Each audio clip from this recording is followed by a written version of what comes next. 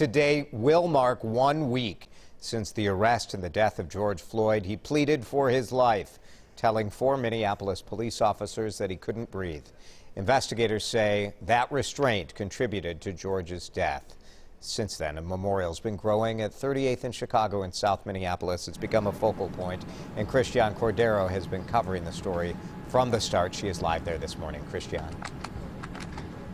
Well, Jason, we've seen this intersection evolve so many times throughout the past week, and today was really special, and I think for the people here, very important. I'm here with Corey Moore, who is leading this peaceful protest here at 38th in Chicago. Corey, when it hit 6 o'clock, it felt very real that we made it through a night with no interruption, that you were able to peacefully get your point across. How did that feel for you? I felt very accomplished. I was proud of everybody that participated and actually mourned and did things the right way. And I think it's gonna hit the governor. It's gonna hit him right in his heart. It's gonna let him understand that these people are hurt. It's not us that's trying to tear the city up. We don't want our city, this city or any city in the country destroyed. We just want justice. We want to feel safe. We want to feel equal for Black people, for Asian people, Hispanic people.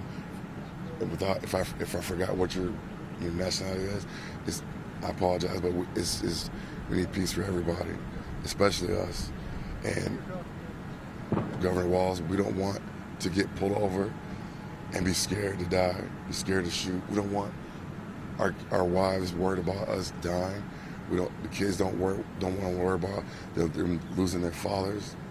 And tonight, I was able to convince people, instead of running all over the place and coming across as being chaotic, to just sit down, kneel. If you got to cry, let it out. And we all spoke one at a time.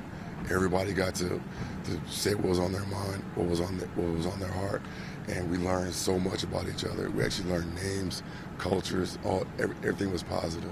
That human element is so important, Corey, and I'm glad you mentioned it. You've been up all night, but in so many ways, this has been a conversation you've been having for your whole life.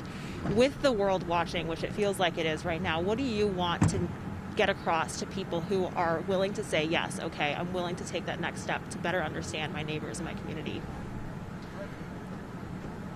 Open your minds, open your heart.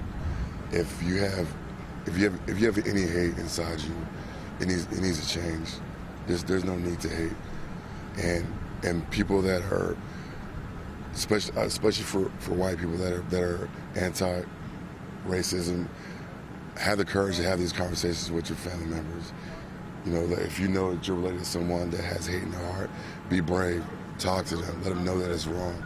Because for that man to lay right here and die and beg and plead for his life, we can't accept that anymore. For anybody, we can't accept that. Like, it was the most painful thing to watch, for somebody to beg and plead for their life to the last breath. Like, we need to knock on our neighbor's door and talk to each other, cry with each other, and start healing. And Governor, I am begging you, we need you. Like, come find your platform and talk to us. Let us know that things are going to change. Let us know that we're going to be able to heal. Let us know that we're going to be safe and that we're not going to have to be afraid or live in fear of dying over a speeding ticket. Let us know that, and I promise you, it's going to change. Whoever's telling you about curfews and doing this, it's not helping. We just proved to you that we don't need a curfew. Now we need your voice. We need your sincere voice of change. You can do this.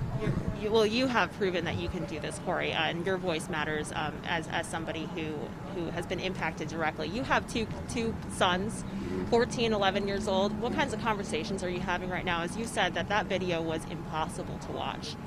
How are you talking to them about that video and how it's changed? Because and at their schools they don't teach Black history, and I make sure that my kids understand Black history. And when they wouldn't quite understand what they were looking at. They were asking a bunch of whys. They were confused. Like, why would a police officer do that to a person?